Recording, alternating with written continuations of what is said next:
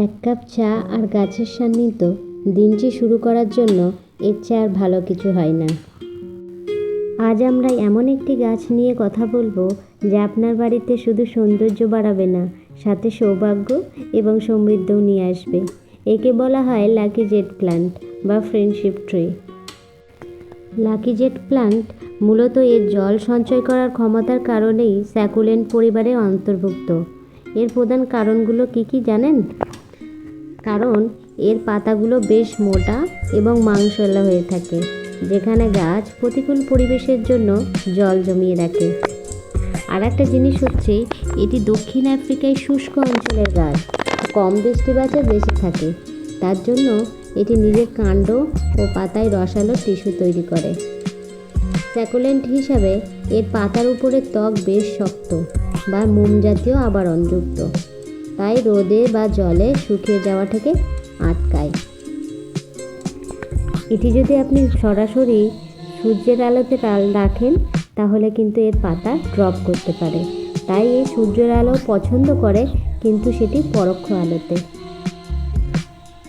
দিনে অন্তত 4-5 ঘন্টা উজ্জ্বল পরোক্ষ আলোতেই কিন্তু এটাকে রাখতে পারেন। একদম কড়া রোদে রাখলে এর পাতা পুড়ে লালচে হয়ে যেতে পারে। আবার খুব অন্ধকার জায়গায় রাখলে গাছটি লম্বা এবং দুর্বল হয়ে যেতে পারে। তাই আপনি জানালার আশেপাশে কোথাও পরোক্ষ আলোতে রেখে দেবেন, যেখানে 3-4 ঘন্টা পরোক্ষ আলো পড়ে। জল দেওয়ার সঠিক নিয়ম হচ্ছে, এটি পাতায় যেহেতু জল জমে থাকে, তার জন্য বলছি যে গোড়ার মাটি 1 থেকে 2-3 ইঞ্চি পর্যন্ত যদি শুকিয়ে যায় তারপরেই দেখবেন জল দেবেন। না হলে কিন্তু সম্পূর্ণ জল যদি শুকিয়ে না যায়, তাহলে আপনি যদি জল দিতে থাকেন তাহলে কিন্তু গোড়াটা পচে যেতে পারে। তো জলটা সাবধানে দিতে হবে। এর মাঝে মাঝে গাছটিতে যখন দেখবেন পাতাটা কেমন নিচের দিকে ঝুলে গেছে, তখন একটু স্প্রে করে দিতে পারেন। ঠিক এইভাবে সপ্তাহে 1 দিন জল দিতে হবে মাটিতে। গাছের যে টবে বসাবেন এই জেড প্ল্যান্টটি, সেই টবটি দেখবেন যাতে ছিদ্র আছে। ড্রেনেজ হোল বা ড্রেনেজ সিস্টেম যদি সুন্দর না থাকে তাহলে জল জমে গোড়া পচে যেতে পারে।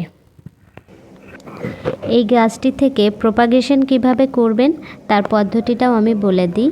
একটি সুন্দর এবং সুস্থ ডাল নিন, যেখানে 1 থেকে 1-2 ইঞ্চি বা 3 ইঞ্চি মতো একটা ডাল নেবেন। সেটি সুন্দর করে কাটবেন। সেই কাটে ওই জায়গাটা মাটিতে বসিয়ে দেবেন। ওই ডালটি সঙ্গে একটু জল দিয়ে দেবেন মাটিতে। কয়েকদিন পরে দেখতে পাবেন ওখান থেকে একটি নতুন গাছ বা নতুন চারা হয়েছে।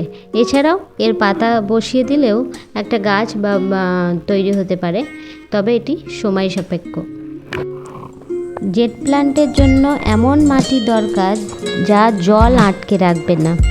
তাই আমি জেড প্ল্যান্টের জন্য সাধারণত ব্যবহার করেছি মাটির 50% বালু, মানে বালি, লাল বালি যেটা, আর পারলাইট ব্যবহার করেছি, জৈব সার ব্যবহার করেছি, আর আপনার এখানে একটু নিমখোল দিয়েছি যাতে ফাঙ্গাস অ্যাটাক না হয়ে থাকে। আপনি স্প্রে দিতে পারেন সপ্তাহে 1 দিন, তাহলে আপনার গাছটি ঘরে বেশ মানাবে।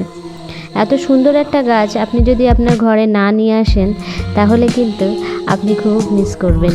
যে এর সৌন্দর্য আমি আমার কথাই বলে বোঝাতে পারছি না। আপনার ঘরের কর্নারে থাকলে এত সুন্দর শোভা বাড়ায় রুমের, আপনাকে আমি ধারণা করতে পারি না যে এত সুন্দর একটা গাছ। ভিডিওতে অনেক সময় আমরা তার সৌন্দর্য কিন্তু প্রকাশ পাই না যতটা এ সুন্দর। গাছটি আমি নার্সারি থেকে কিনেছিলাম প্রায় 3 থেকে 4-5 মাস আগে। তখন থেকে কিন্তু নার্সারিতে একেবারেই ছোট ছিল। এখন দেখো কত বড় হয়ে গেছে। আর একটা ছোট্ট ডাল কেটে রেখেছি, সেটা আমি পরে দেখিয়ে দেব। তো আপনাদের যদি এই ভিডিওটা উপকারে আসে আর ভালো লাগে তবে আমাকে কমেন্টে জানাবেন। আমি আরও সুন্দর সুন্দর ভিডিও নিয়ে আপনাদের কাছে হাজির হয়ে যাব। ধন্যবাদ। আপনারা সবাই সুস্থ থাকুন, ভালো থাকুন, গাছের সঙ্গে বেঁচে থাকুন, চিরসবুজ হয়ে।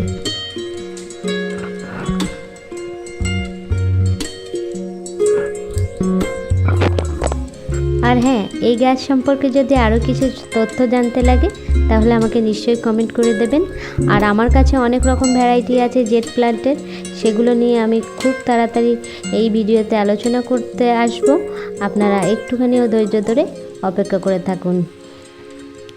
আর একটা কথা বলতে ভুলে গেছি, এই গাছের কিন্তু পাতার রং পাল্টায়। যখন রোদে রাখলে তখন কিন্তু পাতাটা লালচে হয়ে থাকে দেখুন, আর যখন অন্ধকারে রাখি তখন কিন্তু চিরসবুজ হয়ে থাকে। তাহলে ভালো থাকবেন, সুস্থ থাকবেন।